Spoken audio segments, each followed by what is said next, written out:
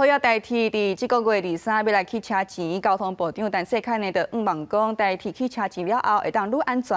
按算伫咧117年，代替公司会当来趁钱。也工会这边是讲哦，车钱起，员工的薪水嘛要起，人才才留会掉。代替去年变动的收益达到8.63亿，按过本业持续了钱。这个月23开始会调整票价，一定起价了后，逐年会当增加54.73亿的收入。交通部长陈世凯早起出席代替铁路节的庆祝大会，望代替伫起票价了后，会当更加落实安全的改革。搁伫117年会当开始趁钱。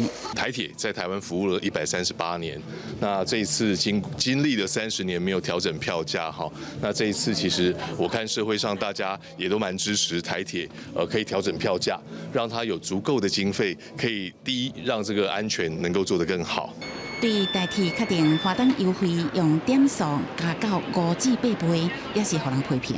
陈世凯讲，点数会当拄考，都相当是实质的拍折。未来原来会当搁请代替规划多元的促销方案，花灯优惠会甲新票价做伙来实施。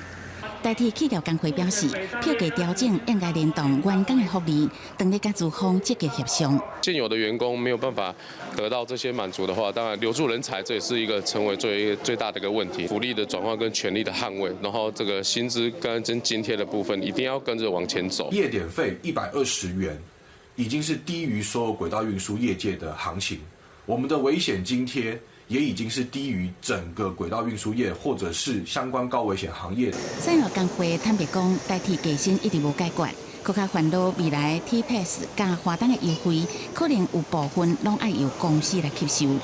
化工代理董事长吴胜恒以交通部处长的监督，为员工来争取更加侪保障。公司新闻采访报道。